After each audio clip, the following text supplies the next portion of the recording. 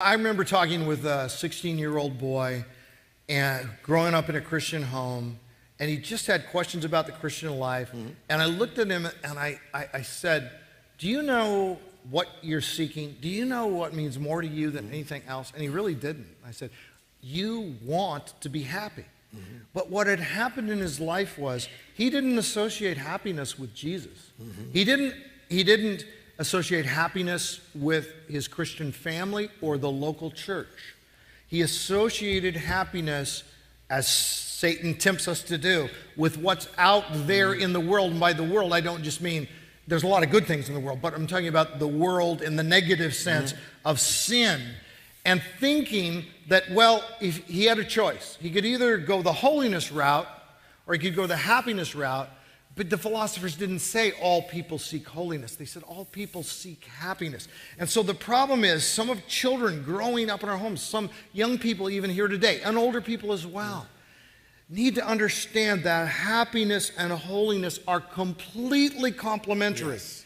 You cannot find true happiness by pursuing the unholy life, the life of sin. Sin is the happiness killer. Sin is misery.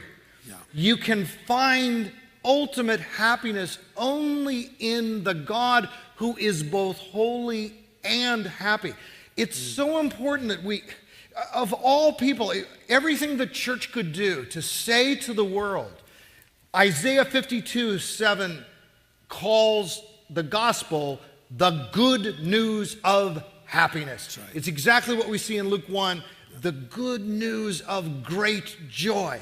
And if the world looks at the church and doesn't just see holiness, well, they should see the right kind of holiness. Yeah. But if they see true happiness, where we have a joy in Christ that just is startling. We're not just whining and complaining all the time about how miserably we get treated and how things go wrong where we're a bunch of Christian curmudgeons, but we're instead people that just are so in love with God, so believing in a Christ who redeemed us and who is in charge of the universe, that we overflow with the joy of Christ, and then the gospel becomes attractive. And then people say, this good news is good news of happiness.